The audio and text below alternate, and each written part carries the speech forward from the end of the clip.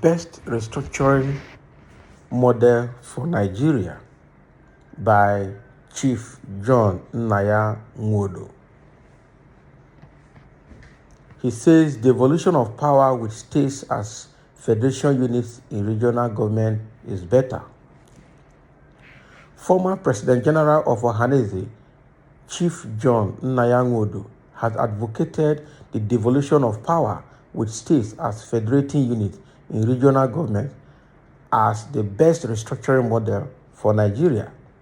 The former Minister of Information and Culture spoke as a guest speaker at the 2022 annual conference of the Nigerian Guild of Editors in a paper entitled Mobilizing Citizens for Sustainable Democracy in Nigeria, the Power of Editors. In the paper, he went on excursion into Nigeria's political history, touching different aspects of the polity. He noted that the current constitution was fashioned by the military and so not autochthonous, emphasizing that in law it has no validity.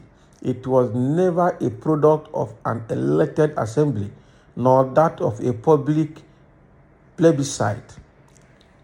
Nobody voted for it except a group of military unelected officers. Its character is based on distribution rather than production of wealth.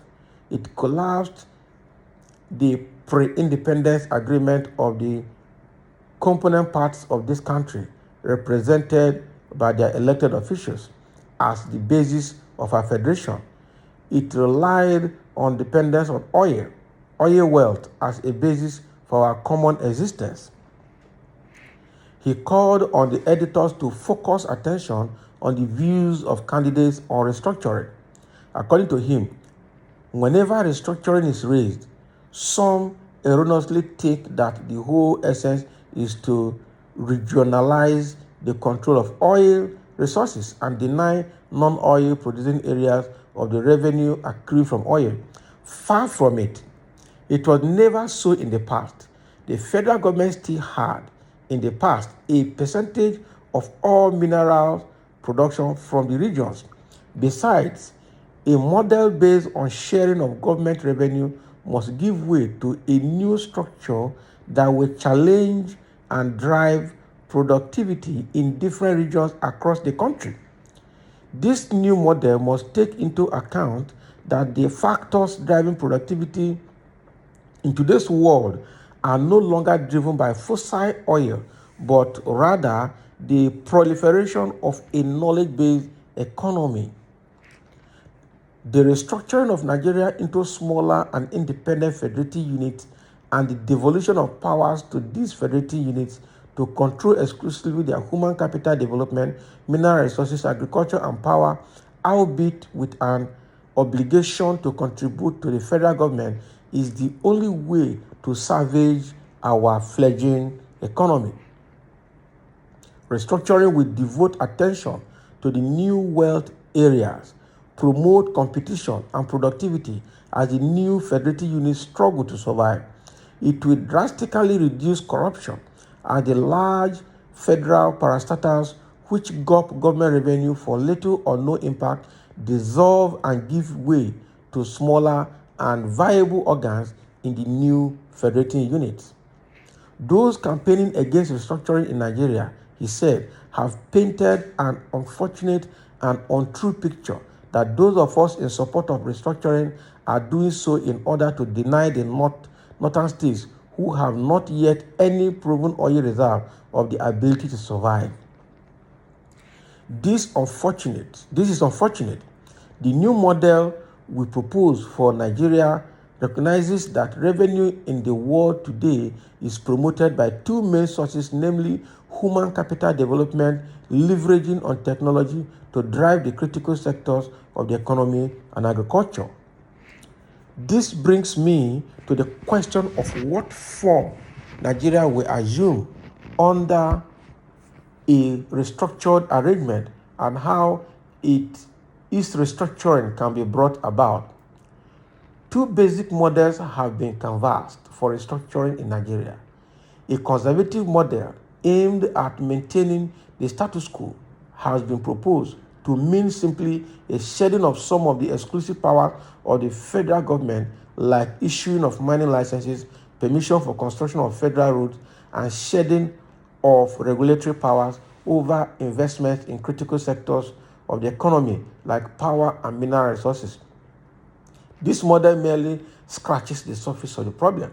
It avoids the fundamental issue of devolution of powers.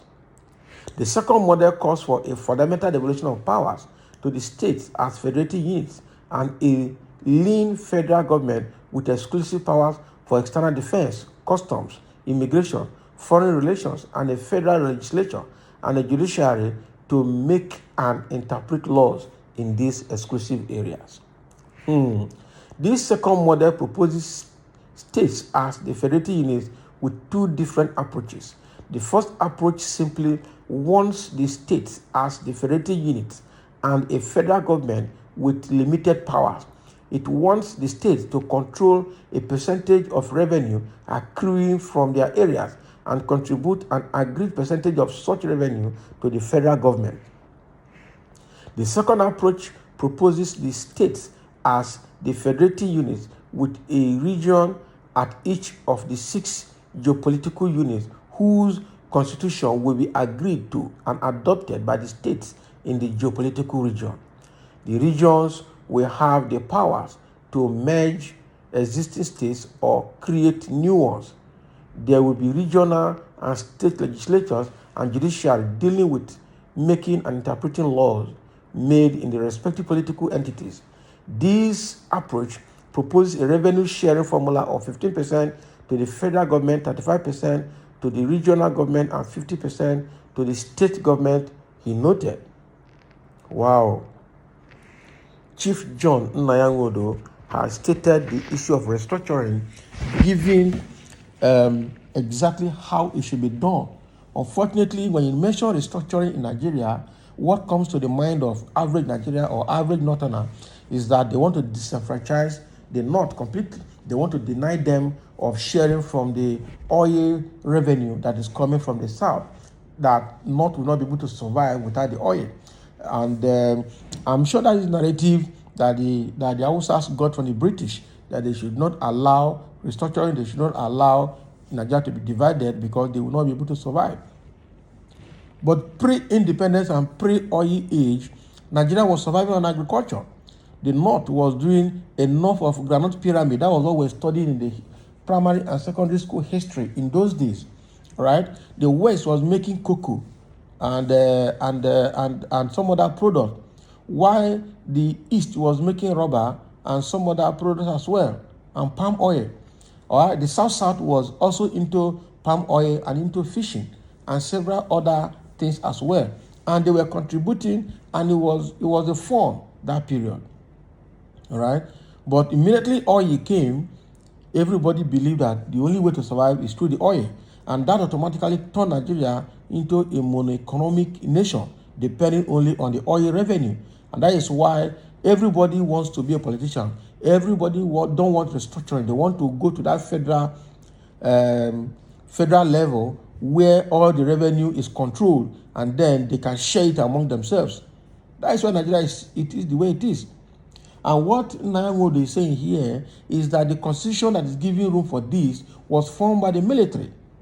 It was not formed by elected government. All right? If it was formed in democracy, under the supervision or by the elected government officials, through the legislatures, all right, we would have had a more balanced constitution. So because this constitution was formed by the military and by a few military officers, it has no place in democracy. Unfortunately, it has been wrongly founded and is benefiting a few in Nigeria, and mostly the North. They don't want to amend it. They don't want to quash it and raise a new constitution, because they are benefiting from the wrong loophole, all the loopholes in the current existing constitution. So what Nwodo is canvassing here is that the restructuring should involve dividing Nigeria into geopolitical zones, making them fairly autonomous, let them control the resources in their area, contribute certain percentage to the federal government, and allow them to make laws, all right, that can benefit those geopolitical zones and the regions, all right. And then the central, which is the federal government, will be left with a few powers to handle the military, the internal and external defense, and the customs and immigrations, and some of those key areas. That is where their powers will be limited to. They will be controlling, making laws for those sectors as well. And that is how it is in the United States as well. All right? The presidential system of government in the United States allows the states, to make their own laws. There's absolute devolution of powers. All right? While the federal handles only the defense, the immigration, the custom, and those key areas that affect the federal. And it's been thriving well. Now, we left the parliamentary system of government from the UK that colonized us. We went and copied the presidential system of government from America, and we are not doing it like the US. Okay, go back to parliamentary system of government where healthy debates are held every day for the betterment of the nation. They cannot go back. Rather, when they have senators or House of Rep meeting and they are debating, their debate is those that support say yay, those that support say nay. That is just what they do. Okay, the yeas have it. They have finished debating. Very unintelligent and undemocratic and not technical, not tactical. No intelligence in their meeting at all. Before they meet, they will meet overnight and buy themselves over, so that in the morning somebody just read the motion, they just adopt it without x-raying it and understanding the critical points, reading in between lines of such. And that's why the Hausas are able to be making laws, drawing acts, and creating things that are affecting the whole nation without even other politicians from other political zones, other geopolitical zones, making meaningful contributions into those acts that are signed into laws. It's unfortunate. Well, Chief John Nwodo has said what he has to say about this issue of restructuring. And whether we like it or not, it's either they divide Nigeria or they will come to restructuring. One of those will suffice over time. They are just buying time. So thank you for listening, and also put down your ideas about the restructuring issue in Nigeria, and let us share your points as well. Thank you.